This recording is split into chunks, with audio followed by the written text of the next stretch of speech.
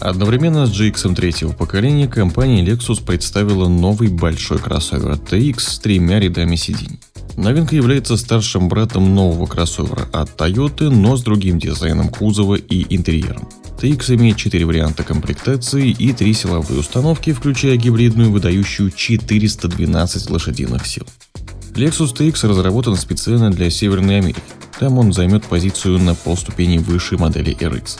На ключевом для Lexus рынке США большие и дорогие кроссоверы с 3 рядами сидений пользуются огромной популярностью. Для примера, Acura MDX продается тиражом по 50-60 тысяч ежегодно. Ближайшим родственником Lexus TX является Toyota Grand Highlander, которая дебютировала в начале этого года. Про нее на канале есть подробный обзор, ссылку на него оставлю в правом верхнем углу и в конце этого видео. В основе двух кроссоверов лежит одна модульная платформа JAK с поперечным расположением двигателя, стойками Макферсон, многорычажкой и колесной базой на 2950 мм. Также у них унифицирован каркас кузова.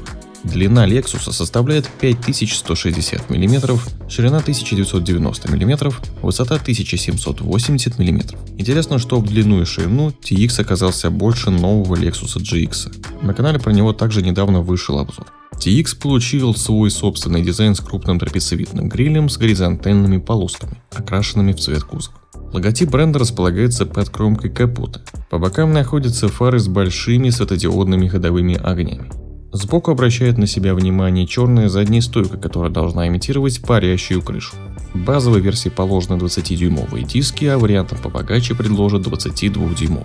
Для TX предложены комплектации стандарт, премиум, лакшери и F-Sport Performance, которые выделяются чуть более агрессивным обвесом.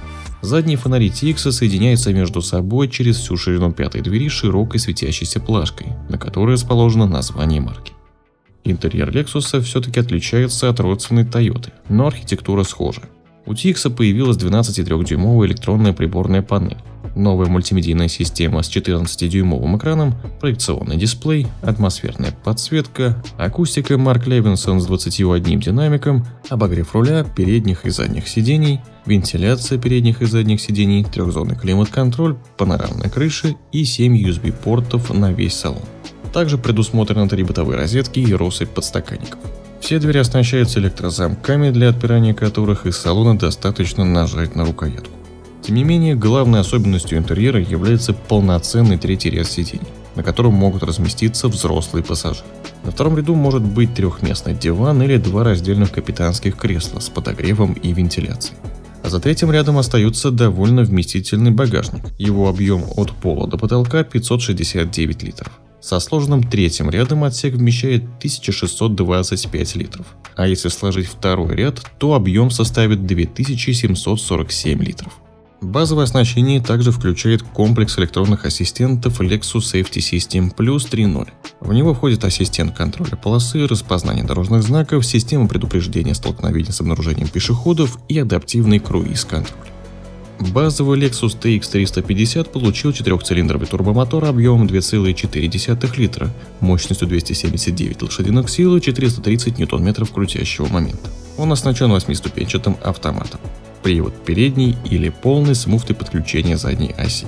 Среднее исполнение TX 500H оснащается гибридной установкой, в основе которой лежит турбомотор объемом 2,4 литра, работающий в тандеме с электродвигателем и 6-ступенчатым автоматом. Совокупная отдача этой системы 371 лошадиная сила и 554 ньютон-метра. TX 500H имеет маленькую тяговую батарею, которую нельзя подключать к розетке. Гибридное исполнение по умолчанию имеет драйверский пакет F-Sport Performance, полный привод Direct-Four с отдельным электромотором для задних колес и полноуправляемое шасси.